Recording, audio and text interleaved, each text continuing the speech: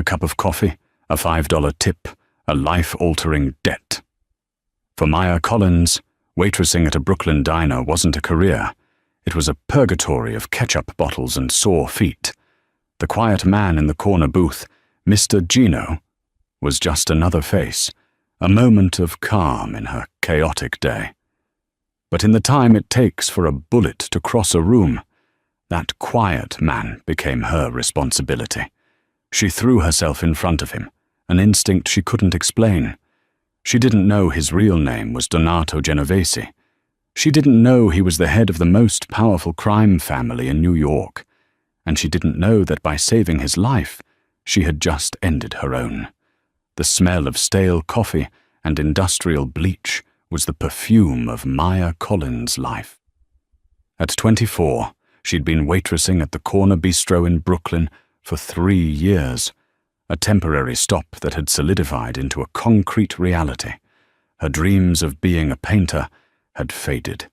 The canvases in her tiny, fourth-floor walk-up apartment gathering dust, their white surfaces a reproach. Life was now measured in 12-hour shifts, in the ache in her arches, and in the mental tally of tips required to cover rent. The bistro was a relic, a greasy spoon immune to the gentrification swallowing the neighborhood. Its vinyl booths were cracked, the formica tables permanently sticky. Maya knew every regular, every order, every sad story whispered over a lukewarm cup of joe, and she knew Mr. Gino. He wasn't like the others. He came in every Tuesday and Thursday, precisely at 2:00 p.m., after the lunch rush and before the dinner prep. He always took the last booth, the one with the best view of the door and the worst lighting. He was older, perhaps in his late 50s, with a face that looked carved from hard-won experience. His suits were simple, dark, but Maya, who noticed brush strokes and color palettes, recognized the whisper of expensive wool. He never made a mess. He always ordered the same thing: black coffee, 1 sugar, and a toasted corn muffin. He never talked much. He read Il Progresso Italo-Americano, a newspaper that seemed as much a relic as the diner itself. He'd nod when she filled his cup, a brief, respectful dip of his head. He seemed lonely. There was a profound sadness in his eyes that Maya recognized, a mirror of the quiet disappointment she felt in her own life. She liked him. He was her one customer who demanded nothing of her but presence, and he always left a crisp $10 bill for a $4 tab. That Tuesday started like any other. The air was heavy with the promise of a humid summer storm. The lunch rush had been brutal, a tourist bus descending like locusts. Maya's apron was stained with ketchup, and her ponytail had long since surrendered to the damp. At 2:00 p.m., the bell over the door chimed. Mr. Gino entered. He shook the light rain from his black umbrella, slid it into the brass stand by the door, and moved to his booth. Maya grabbed a fresh pot of coffee and a mug. "Afternoon, Mr. Gino," she said, her voice hoarse. "The usual?" He looked up from folding his newspaper, and for the first time he smiled. It was a small, tired gesture, but it lit his face. "Please, Maya." And the muffin. "But today, maybe add a side of bacon." "Well done." She raised an eyebrow, feeling adventurous. "Something like that," he murmured, his eyes drifting to the street outside. He seemed agitated, his usual stillness replaced by a low thrum of energy. He tapped his fingers on the table, a rhythm she'd never seen. "Everything okay?" she asked, lingering. He snapped his gaze back to her. The intensity was startling. "Yes, fine. Thank you, child." Maya retreated to the kitchen window, put in the order, and watched him. He wasn't reading his paper. He was watching the door. A knot tightened in her stomach. It was the same feeling she got before a canvas went wrong, a sense of misplaced color.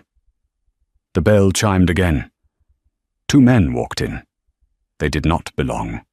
The bistro's clientele was working class, students, and the elderly.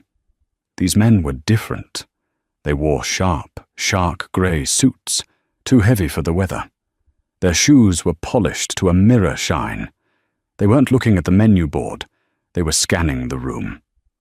One was broad, with a shaved head and a neck as thick as a utility pole.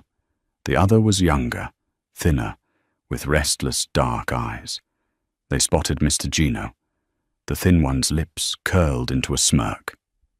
Maya, wiping down the counter, felt the air charge, the humidity turning to static.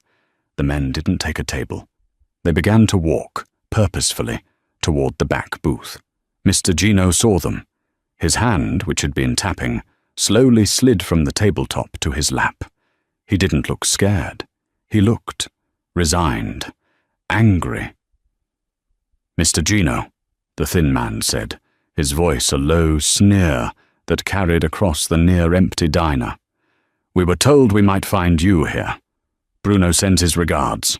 He should have come himself," Mr. Gino said, his voice no longer the quiet customer's, but a low, gravelly rumble of authority.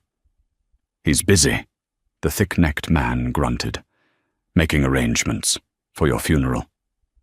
It happened in a fraction of a second. Maya saw the glint of metal. The thin man was pulling a pistol with a long, ugly silencer from the waistband of his jacket. Mr. Gino was already moving, reaching inside his own coat. But he was slower. The man was too close. Maya didn't think. She didn't analyze. She didn't weigh the consequences. She saw the thin man's arm extend, his wrist locking to take the shot.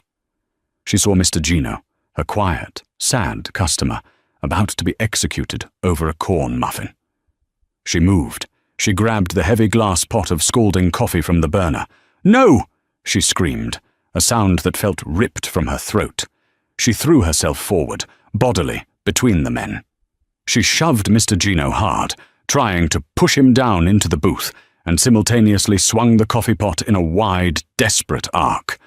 The sound of the gun was a dull thwack, almost polite. It was drowned out by the thick-necked man's roar as a quart of 200-degree coffee hit him square in the face. He staggered back, screaming, clawing at his blistering skin. The thin man cursed, momentarily distracted. Maya felt a white-hot poker slam into her left side, just below her ribs. It stole her breath. It didn't hurt, not at first. It was just impact, a stunning, absolute pressure. She looked down. A dark, crimson flower was blooming on the front of her white apron. "Oh," she whispered. She saw the thin man raise his gun again, his eyes cold and furious, aiming at her. But Mr. Gino was no longer the sad, old man.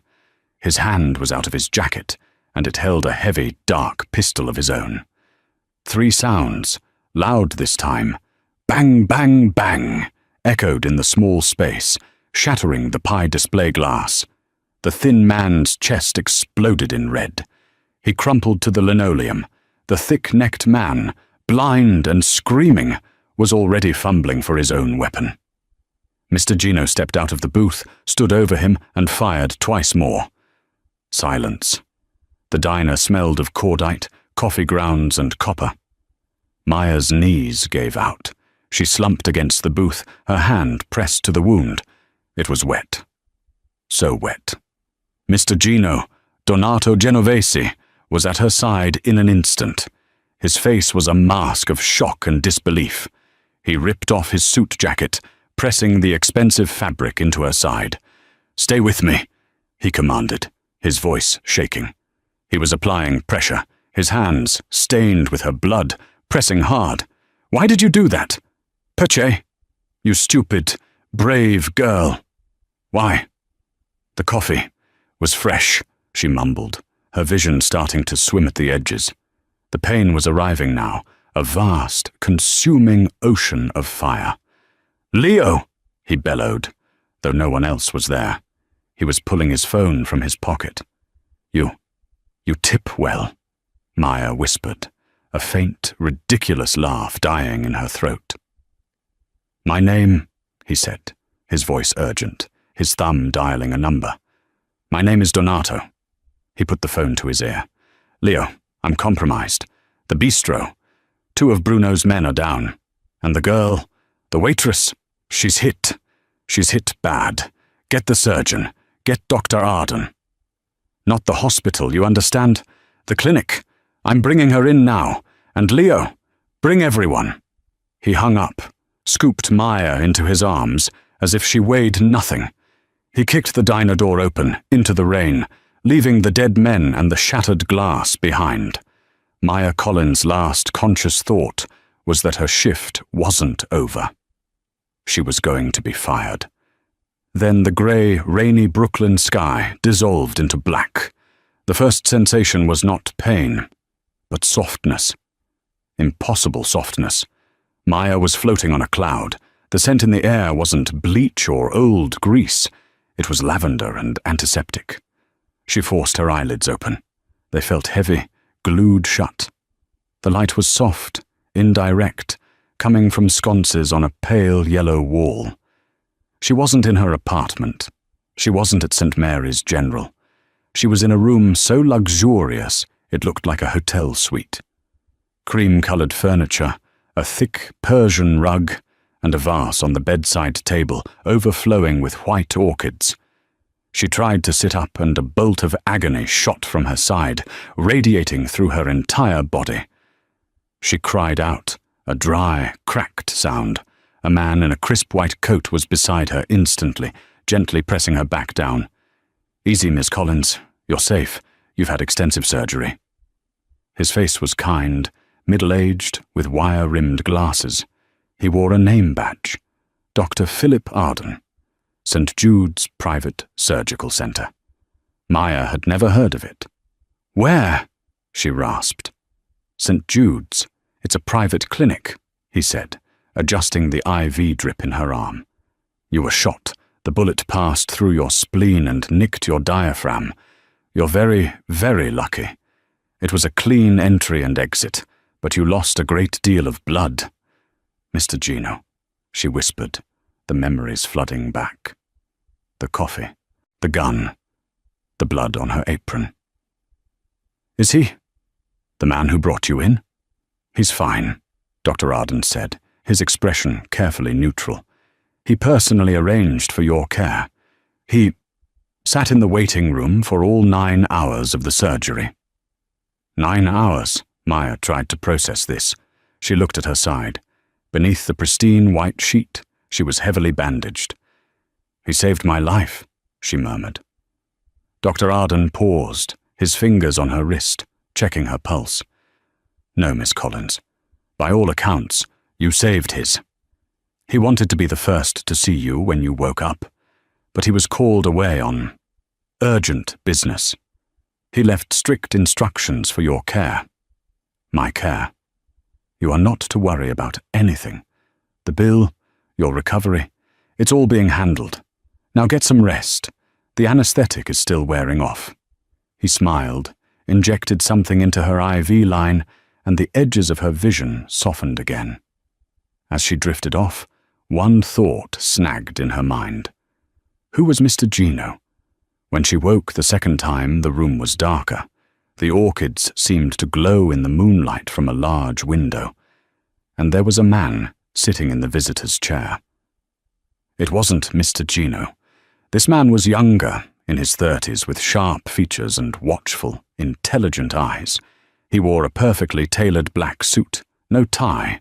He was just sitting, staring at her. Maya's heart leaped into her throat. She flinched. Don't, he said. His voice was calm, a smooth baritone. I'm not going to hurt you. I'm here to protect you. Who? Who are you? My name is Leo Gravano, he said, as if it should mean something. I work for Mr. Genovese. Genovese? Maya's mind was foggy. I know Mr. Gino. Mr. Gino, Leo said, a flicker of a smile playing on his lips, is Donato Genovese. Gino was his father's name.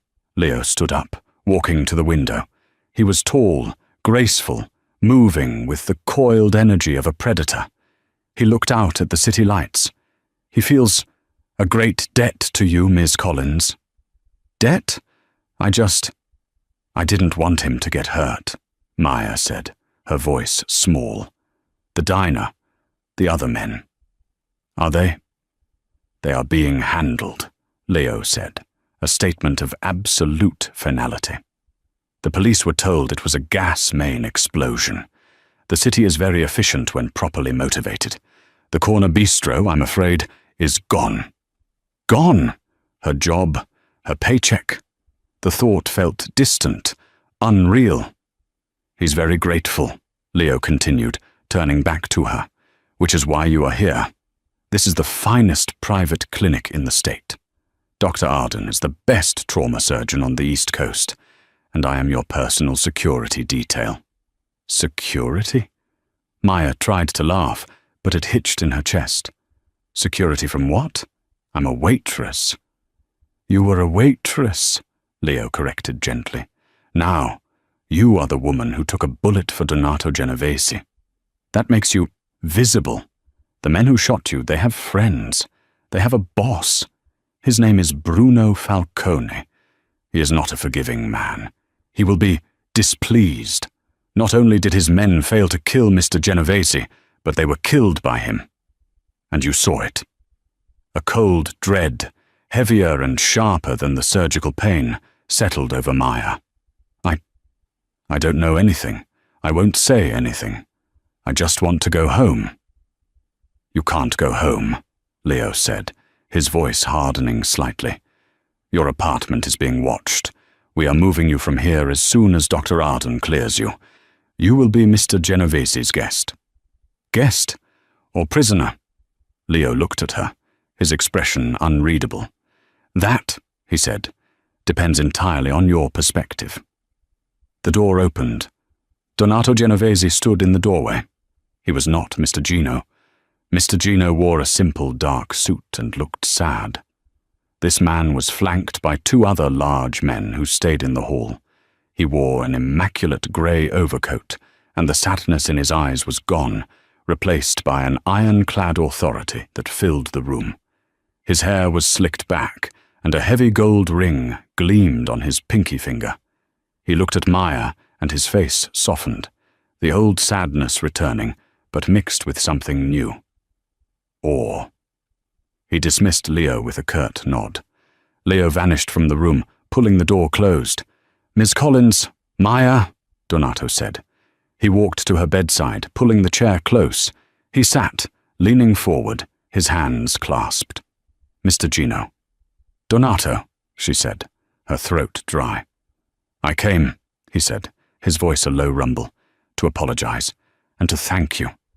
You did something no one has ever done. Not for me. Not for anyone in my world. You put yourself between me and death. I just reacted." "Your reaction," he said, "was a miracle. But that miracle has put you in terrible danger. The world I live in, it's not like yours. It has rules.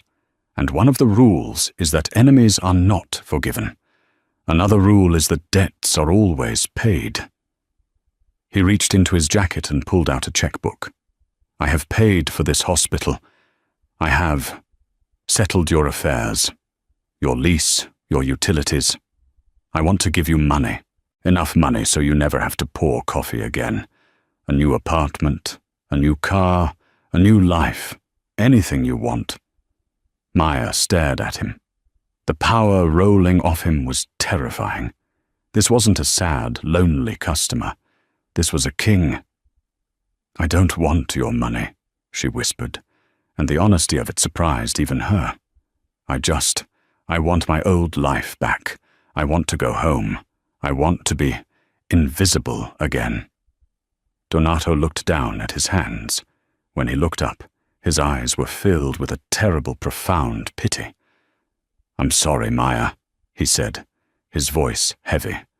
"But that is the one thing I can't give you. Your old life is over. The moment you saved mine, you ended yours."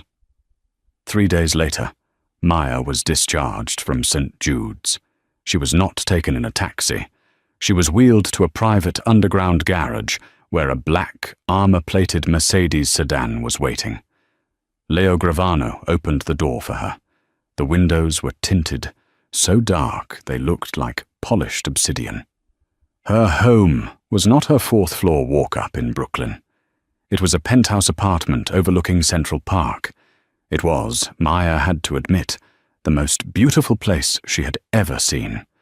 The floors were white marble, the furniture was minimalist and exquisitely expensive, and the entire west-facing wall was a sheet of glass, revealing a god's-eye view of the city.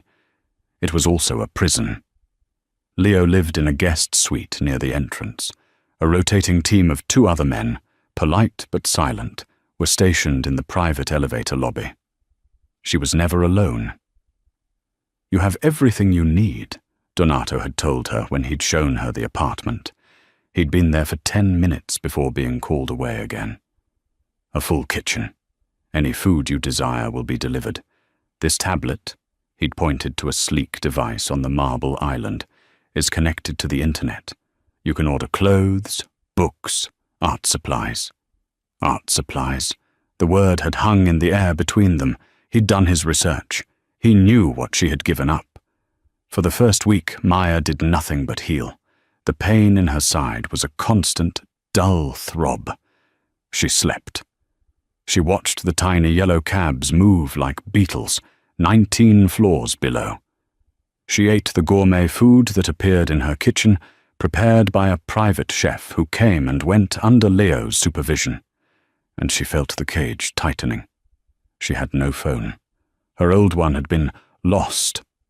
The tablet was her only link. On the 8th day, her wound itching with the first signs of healing, she picked it up. She opened the browser. She typed the name, Donato Genovese. The screen flooded with results, headlines from the New York Post, the Times, even Forbes. The Last Don. Donato Genovese consolidates power. Genovese family, a legacy of silence and blood. Who is the Brooklyn gentleman inside the Genovese crime syndicate? War on Arthur Avenue. Genovese-Falcone rivalry turns bloody. She read for hours. Her hands were shaking so badly she kept dropping the tablet. The articles detailed a criminal empire that stretched from the New York docks to waste management, to construction, to high-end gambling. They talked about extortion, racketeering, and a long, bloody feud with a rival organization, the Falcone family, headed by a man named Bruno Falcone. Mr. Gino, her sad, quiet customer, was a killer, a mob boss, an organized crime lord, and she had saved his life. She read about the Falcones. Bruno was new money, ruthless, and trying to expand. He had been targeting Genovese's operations for a year. The articles called the conflict the Quiet War, but it had left a trail of bodies. She found a grainy photo of Donato, taken with a long lens, stepping out of a courthouse. He looked exactly as he had in the hospital, powerful, cold, and untouchable. She felt sick.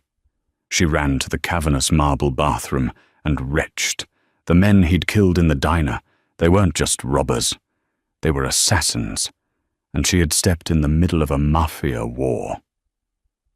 When Donato visited that evening, Maya was waiting. She had left the tablet on the kitchen island, the screen lit up with his face. "You're a monster," she whispered as he entered. The words were quiet, but they cut through the sterile air of the apartment. Donato stopped. He looked at the tablet, then at her. He showed no surprise. He simply removed his overcoat and handed it to Leo, who dissolved back into the hallway. "You're a murderer," she said, her voice gaining strength. She was trembling, a mix of rage and terror. You kill people.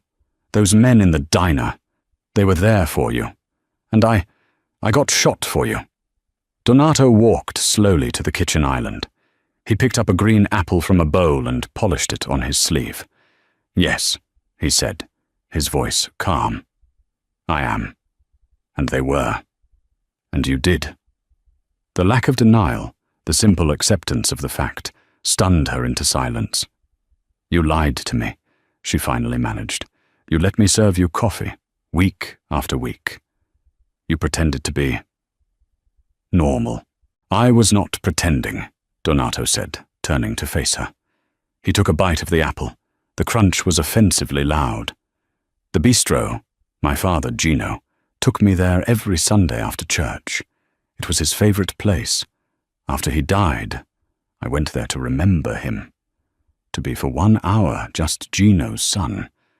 Not this." He motioned around the opulent room. "That doesn't make it right. You've destroyed my life. I'm your pet. I'm a prisoner in this glass box."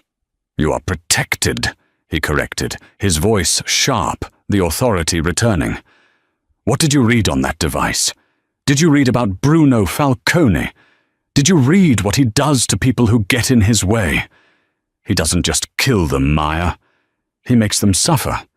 He makes their families suffer." He stepped closer.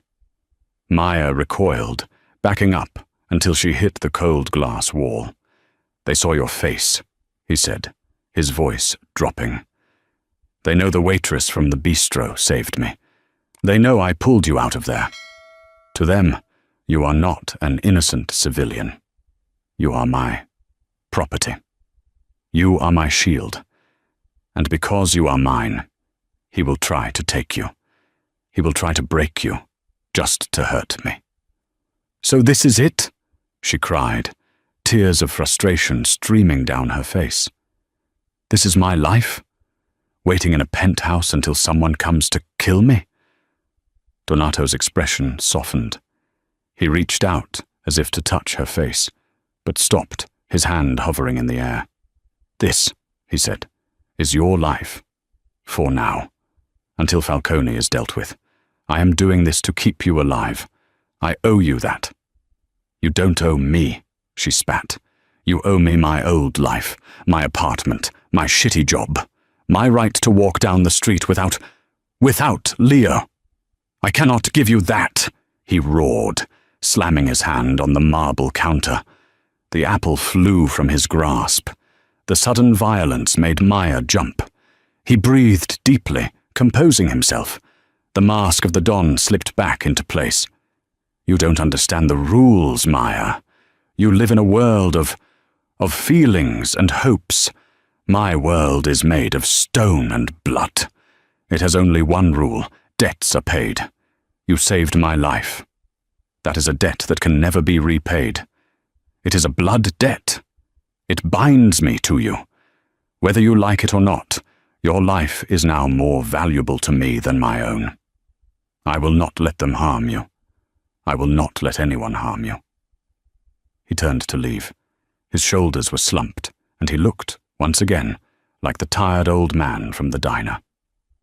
"There are art supplies in the spare room," he said, his back to her. "Canvases, oils, the best I could find. Try to find some peace. I will handle the war." He left. Maya was alone, shivering, looking at the city that had once been her home and was now just a painting behind glass. She slid down the wall until she was sitting on the cold marble floor. She was safe. She was rich. She was utterly, completely trapped. Across town, in a windowless office, above a social club on Mott Street, Bruno Falcone was not at peace. He was furious. "Two," he seethed, slamming a heavy glass tumbler of scotch onto his desk. "Two of my best men, taken out by that relic, and a waitress." His consigliere, a thin, older man named Nico Gallo, watched his boss patiently. Nico was a man of tactics, not temper. "Bruno, the report says the waitress interfered," Nico said calmly. "She threw coffee. She took the first bullet. She distracted them. That's how Genovese got his opening." "A waitress!" Bruno yelled, his face purple. He was a bull of a man, younger than Donato, with a thick neck and a taste for flashy suits. "This is what I'm talking about. Donato is old. He's weak. He goes to a diner, and he's saved by a waitress. This is an embarrassment. He should have been dead." "Instead," Nico said, leaning forward, "he is alive, and he has the girl." This caught Bruno's attention. He stopped pacing. "The girl? The waitress?" "Our source at St. Jude's confirmed it. A Jane Doe, gunshot wound, brought in by Genovese himself. He paid Dr. Arden $500,000 in cash to keep it off the books. She survived the surgery." "So she's a witness?" Bruno mused. "She's more than that," Nico corrected. "Our men on the street say Donato has moved her. Put her in the air. The Oakhurst penthouse. The one he keeps for special guests." Bruno stared, his small dark eyes lighting up with a new, cruel understanding. "He's protecting her. He's guarding her," Nico said.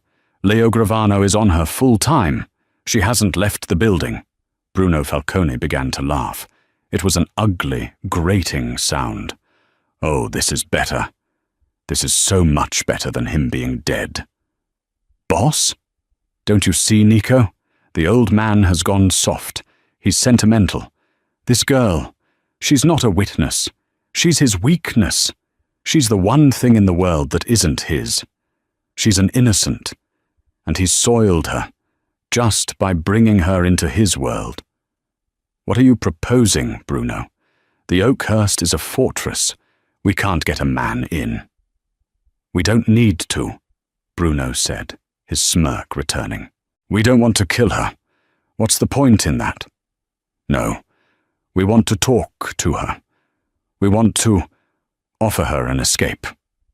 He walked to a whiteboard on his wall, a map of Genovese's operations. He erased it all with a sweep of his hand. "Find out who she is," he commanded. "Not her name.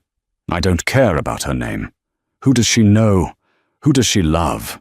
Who is her family, her roommate, her best friend?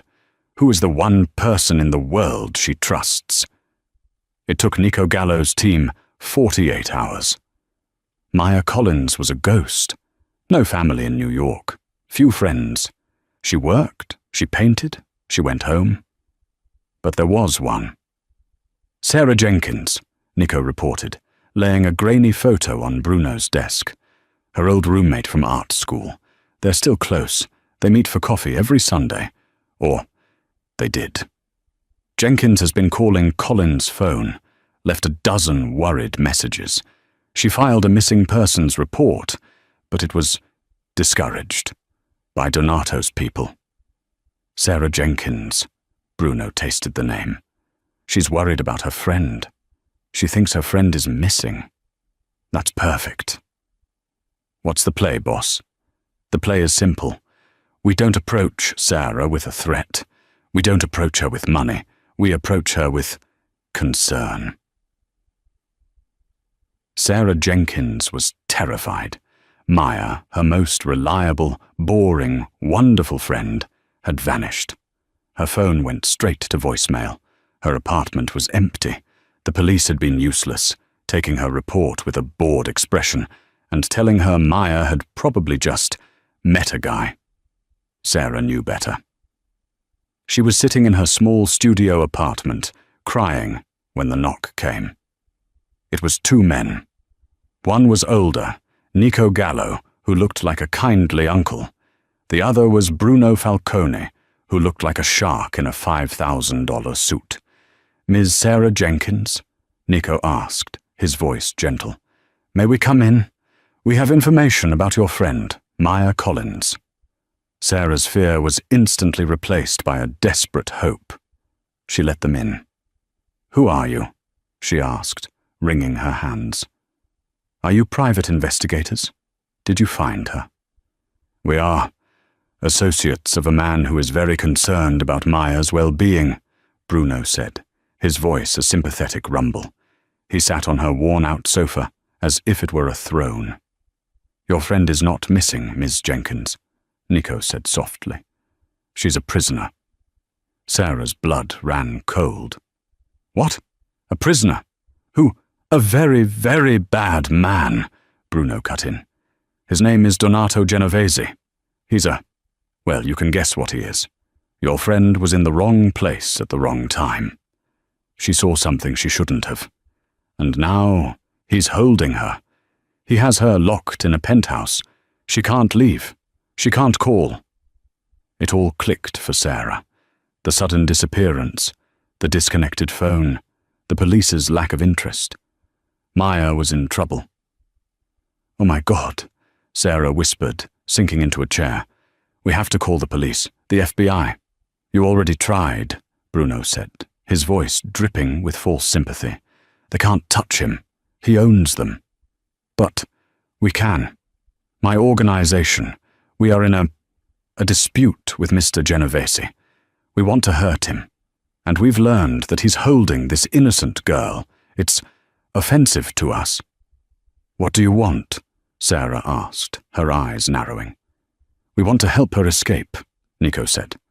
"But she's terrified. She doesn't trust anyone. Leo Gravano, his top lieutenant, is with her 24/7. But you, she trusts you." How can I even talk to her?" "We know she has a tablet, but they monitor it," Bruno said. "But you and she, you have your codes, yes? Your little art school secrets. A messaging app you used to use? Something his dinosaurs wouldn't know to check?" Sarah's mind raced. There was an old app. Palette. They used to use it to share sketches. It was defunct, but it still worked. She and Maya still had it on their devices, a relic of their old dreams. "Yes," Sarah said. "I think so." "Good," Bruno said, standing up. He smiled, a fatherly, reassuring smile that didn't reach his eyes. "Send her a message. Tell her you know where she is. Tell her you can get her out. Set a meeting. Somewhere public, but quiet. The old public library. The Astor Reading Room. Wednesday, 3 p.m. And you'll be there?" Sarah asked, her voice trembling. "You'll save her?"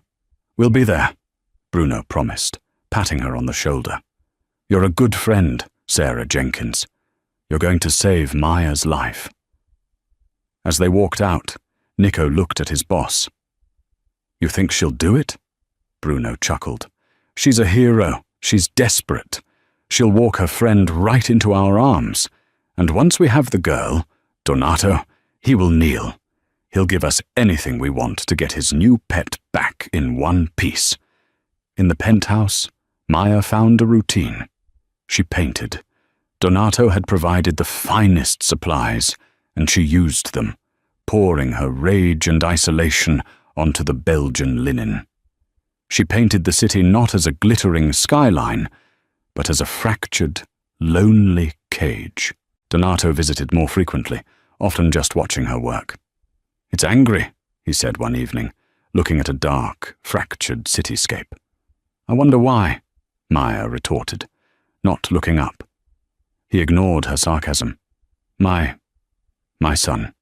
He used to paint before he got sick." Maya's brush stopped. She turned. This was new. "You have a son?" "Had," Donato said, his voice thick. "He died when he was 8. Leukemia. He liked to paint. Bright, happy things. Nothing like this." He looked at her, his vulnerability a sudden, unwelcome crack in his armor. "He would have liked you. You have brave eyes." Maya felt a sharp pang of sympathy she didn't want. This monster was a grieving father. It was a complication that disgusted her. "Don't," she said softly.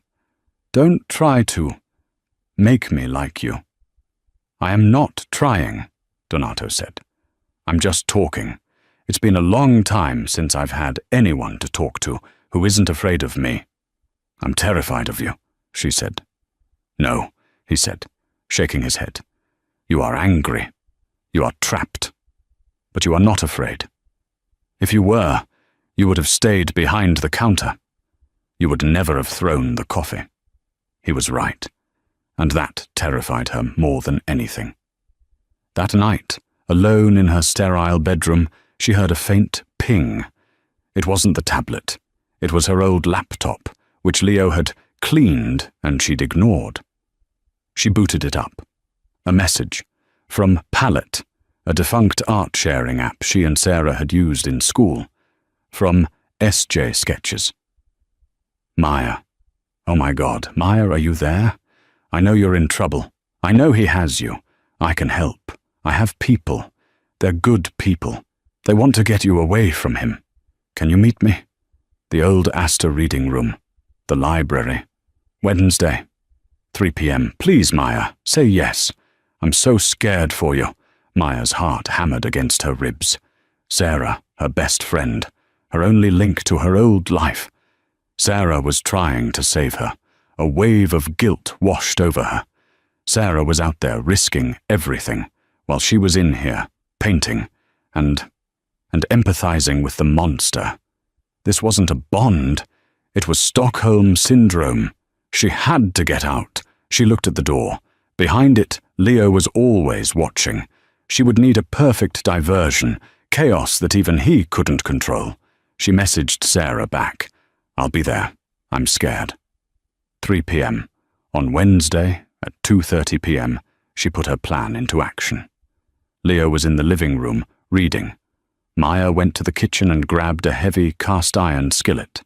She went to the guest bathroom, turned the shower on full hot to create steam, and then, with a deep breath, smashed the tempered glass of the shower door. It exploded. She let out a piercing, genuine scream. Leo, help me! I fell in the shower, I'm bleeding! She took a shard of glass and, gritting her teeth, drew a shallow but bloody line across her own forearm. She crumpled to the floor, moaning. Leo burst in, his professional calm gone, replaced by panic, his one job. He saw the steam, the shattered glass, and the bright red blood on her arm. Ms. Collins, Maya. I slipped, she wept. I think I hit my head. Please, don't move, he commanded. I'll get the first aid kit.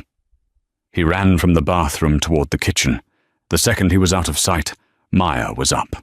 She sprinted, grabbing the emergency fire extinguisher from the wall. Leo, returning with the kit, saw her. His eyes widened in betrayal. Maya, no! She discharged the extinguisher, filling the entire foyer with a blinding, choking cloud of white CO2. The building's fire alarm, triggered by the cloud, began to wail. This was the chaos she needed. She ran to the private elevator. The alarm had overridden the security, the doors open for firefighter access. She jabbed the lobby button. Behind her, she heard Leo coughing, gagging, shouting her name. Maya, don't, it's a trap. The doors slid shut. She was alone. She was descending. She didn't hear him, or if she did, she dismissed it as a lie. She hit the lobby, a girl with a bleeding arm, and ran past the confused guards, bursting through the front doors and disappearing into the street. Rain lashed down, a cold, miserable drizzle that soaked Maya to the skin in seconds. She didn't care. She was free. She kept to the side streets, her heart a wild drum against her ribs. Every man in a suit was one of Donato's. Every black car was Leo, coming for her. She reached the New York Public Library at 42nd and 5th, slipping in past the stone lions, just another piece of city detritus seeking shelter. The Astor reading room was vast and silent, a cathedral-like space. Under its high, frescoed ceiling, people read at long tables, bathed in the warm glow of green-shaded lamps. The air smelled of old paper and furniture polish. She scanned the room. There, in the back corner, Sarah. Her friend was sitting hunched over, looking pale and terrified. A wave of love and relief washed over Maya. She ran. Sarah, she whispered, her voice cracking. Sarah looked up. Her eyes were wide, red-rimmed from crying. Oh, Maya! My God! Your arm! Look at you! She stood up and threw her arms around Maya, clutching her in a desperate, trembling hug. Maya buried her face in her friend's familiar-smelling coat.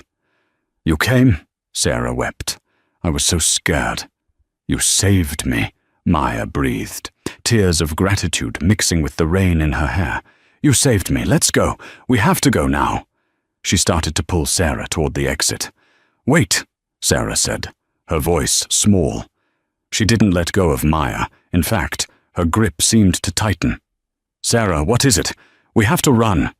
I just need to tell the people who helped me, Sarah whispered. What people? Maya said, a cold spike of adrenaline piercing her relief. A shadow fell over their table. The people who are so concerned about your well-being. Maya looked up. A large man in a flashy, pin-striped suit was standing there, smiling. He was flanked by two others. He was built like a bull, and his eyes were as dead and cold as polished stone. Bruno Falcone, he said, introducing himself with a mock bow. A pleasure to finally meet you. Maya's blood turned to ice. Falcone, the name from the headlines, Donato's rival. She looked at Sarah. Her friend was white as a sheet, tears streaming down her face. Sarah? Maya's voice was a dead whisper. What did you do?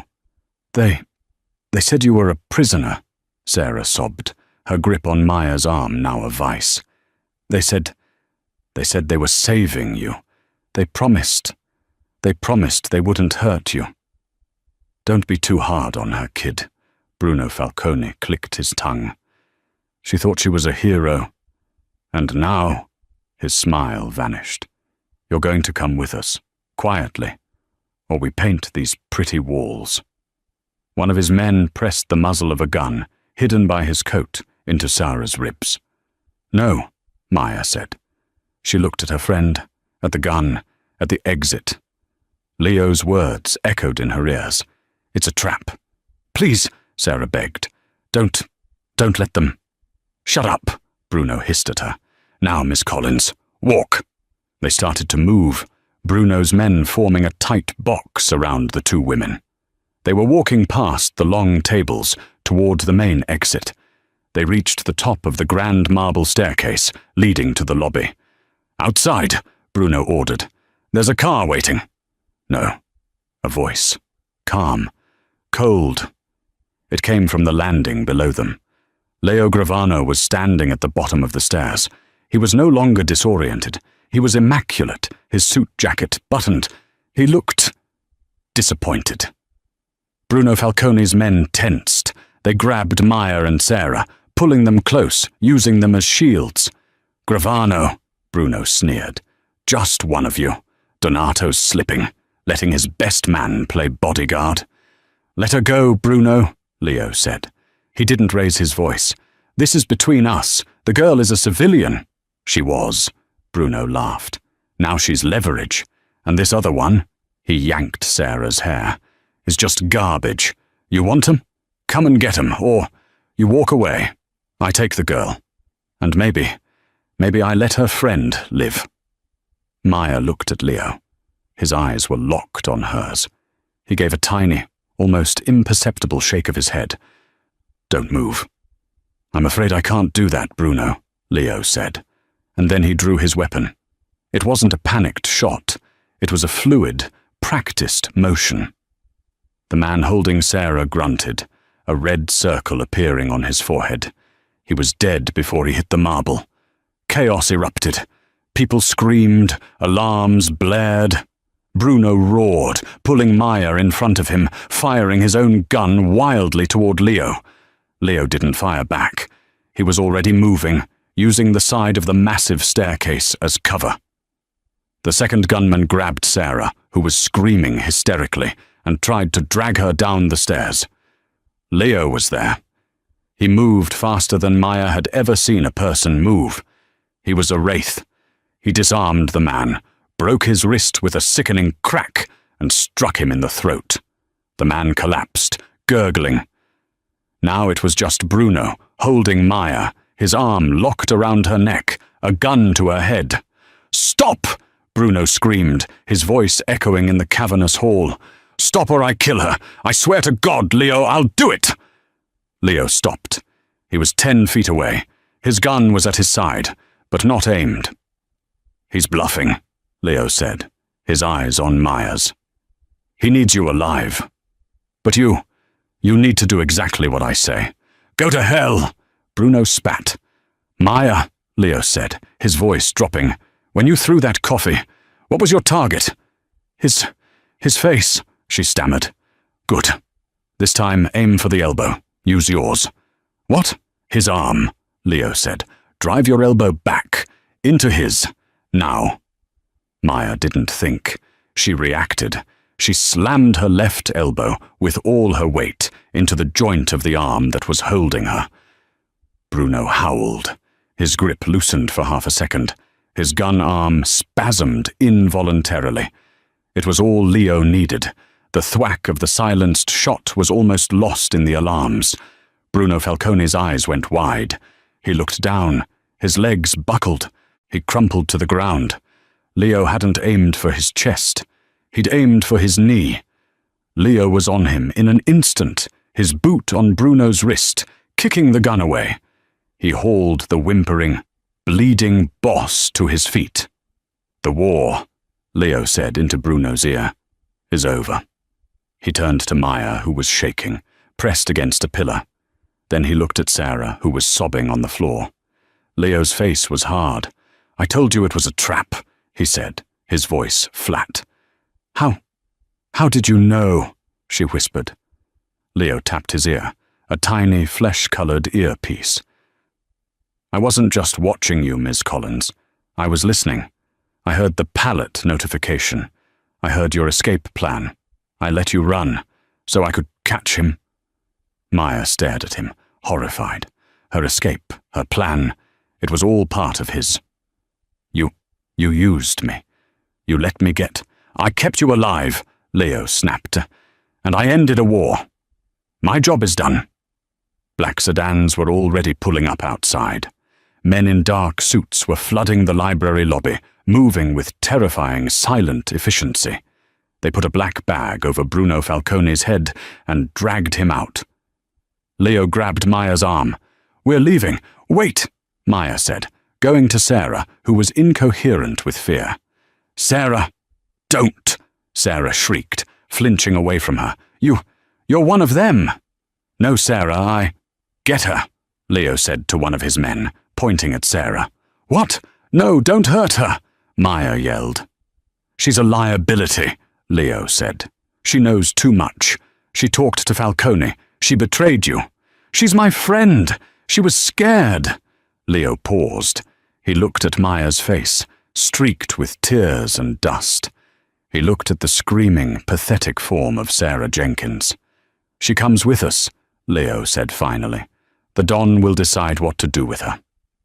The penthouse was silent, the chaos of Maya's escape completely erased.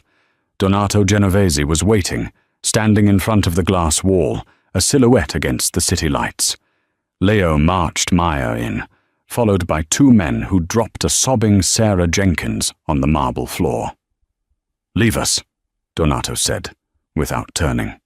Leo and his men vanished. "You ran," Donato finally said. It wasn't an accusation. It was a fact. "Yes," Maya replied, her voice steady. The fear was gone, replaced by a cold, hard anger. His gaze shifted to the whimpering woman on the floor. "You betrayed her." I didn't know," Sarah wailed. "He said he was helping. I was trying to save my friend." "You spoke my name to my enemy." Donato's voice dropped to a dangerous whisper. "In my world, there is only one punishment for that." Sarah's face went white. "No, please, Maya, tell him. I didn't mean it." Maya looked at her friend, then at Donato. He was watching her, waiting. She realized with chilling clarity, this was a test. "You're right," Maya said, her voice clear. "She betrayed me. She's a danger." Sarah let out a strangled sob. Donato raised an eyebrow. "But," Maya continued, "you told me about rules. You told me about debts." She walked forward until she was standing next to him, his equal. "You owe me. A blood debt. You said I could have anything. I did, he acknowledged, his eyes searching hers. I'm cashing in that debt. Right now, Maya said. I want her. Donato was still. What do you want? I want you to let her go. She's weak, not a threat. She's just a civilian, like I was. She pointed to Sarah. You will give her enough money to disappear. A new name, a new life. Somewhere far away. She will never come back, and you will never, ever touch her. Her life is my payment. Donato stared at her. He saw the iron in her spine, the cold calculation. She had used his own rules against him. A slow, genuine smile spread across his face. He nodded. Leo! Leo appeared instantly. Take Miss Jenkins, Donato ordered. New identity. A one-way ticket far from here. A wire transfer. She is under my protection. But if she ever returns, that protection ends. Sarah, stunned into silence, was hauled to her feet and dragged out. The door clicked shut. Maya and Donato were alone. The silence was different. The debt, Donato said, is paid. Yes, Maya said. So what now? Am I free? Can I have my old life back?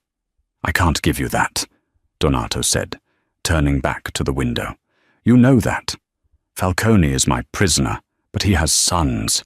They will never stop looking for the girl who brought him down. To them, you're not a waitress. You're a legend. So I am your prisoner, she said, the coldness returning. No, Donato said. You are not. The debt is paid. You owe me nothing. I owe you nothing. He walked to a drawer and pulled out a passport, keys, and a credit card. This is a new identity. A ticket to Rome. A bank account with $5 million. You can walk out that door. Leo will not stop you. You can go and never see me again. He slid the items across the marble. Maya looked at them. Freedom. Everything she'd wanted. That's one choice, she said, looking up. What's the other? Donato studied her. The other choice is you stay. As your prisoner? As my associate, he said. As my partner, my consigliere. You're not a victim, Maya. You're a survivor. You're smart. You see things I don't. You ended a war I've been fighting for 10 years. This world, it's empty. You are the only person who has ever surprised me. Maya looked at the passport. Her old life. Anonymity. Then she looked at Donato Genovese. She pushed the passport back across the counter. They're going to come for you, she said, her voice soft. Falcone's sons. Yes, Donato said. They're going to come for us, she corrected. She walked to the window and stood beside him, her reflection staring back from the dark glass. She was no longer a waitress. They'll be angry. They'll be emotional. They'll make mistakes, she said. You're going to need my help. Donato looked at her. He had paid his debt, and in doing so, had found something else, entirely. He had found an heir, a single act of courage, a single bullet. That's all it took to tear Maya Collins' world apart and rebuild it into something unrecognizable. She stepped in front of a stranger to save his life, only to find he was the one man who could end hers, or begin it. She was plunged into a world of violence, luxury, and impossible choices. But in the end, was she a prisoner? Or did the cage just give her wings? The line between a victim and a survivor is drawn in blood, but it's signed in ink. Maya started as a waitress, but she finished as a queen. What do you think happened next? Did Maya truly find power, or did she just trade one prison for another? Let me know your theories in the comments below. If you loved this story, please hit that like button, share it with a friend who loves a good drama, and most importantly, subscribe to the channel for more twisted stories just like this one. We have new stories every week, and you don't want to miss what's coming.